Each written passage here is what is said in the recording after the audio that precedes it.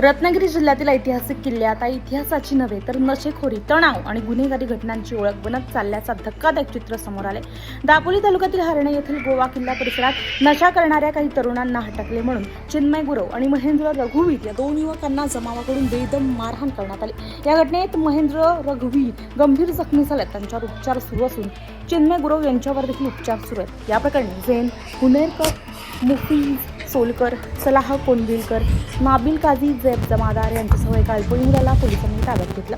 ज्या ऐतिहासिक किल्ल्यावरून हा वाद निर्माण झाला त्या ठिकाणावरून संपूर्ण प्रकाराने आता वेगळंच वळण घेतले। या मारहाणीमुळे दोन धर्मांमध्ये तेढ निर्माण झाल्याची चर्चा आहे।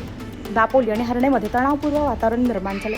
रास्ता रोको, घोषणाबाजी आणि संतप्त प्रतिक्रिया उमटल्यानंतर पोलिसांनी तातडीनं मोठा बंदोबस्त तैनात करत परिस्थिती नियंत्रणात आणली। अनेक आरोपींना अटक करण्यात आली असून पोलीस प्रशासन सतर्क झाले।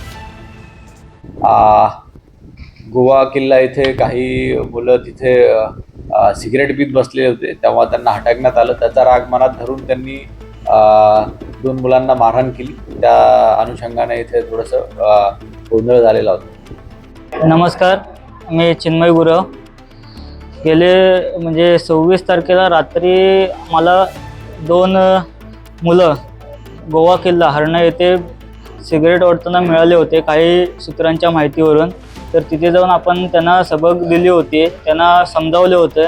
तर त्याचा राग म्हणून त्यांनी काल संध्याकाळी 27 तारखेला रात्री संध्याकाळी 6:30 वाजता 50 ते 60 जणांनी मिळून आम्हाला तिथं बेदम मारहाण केली।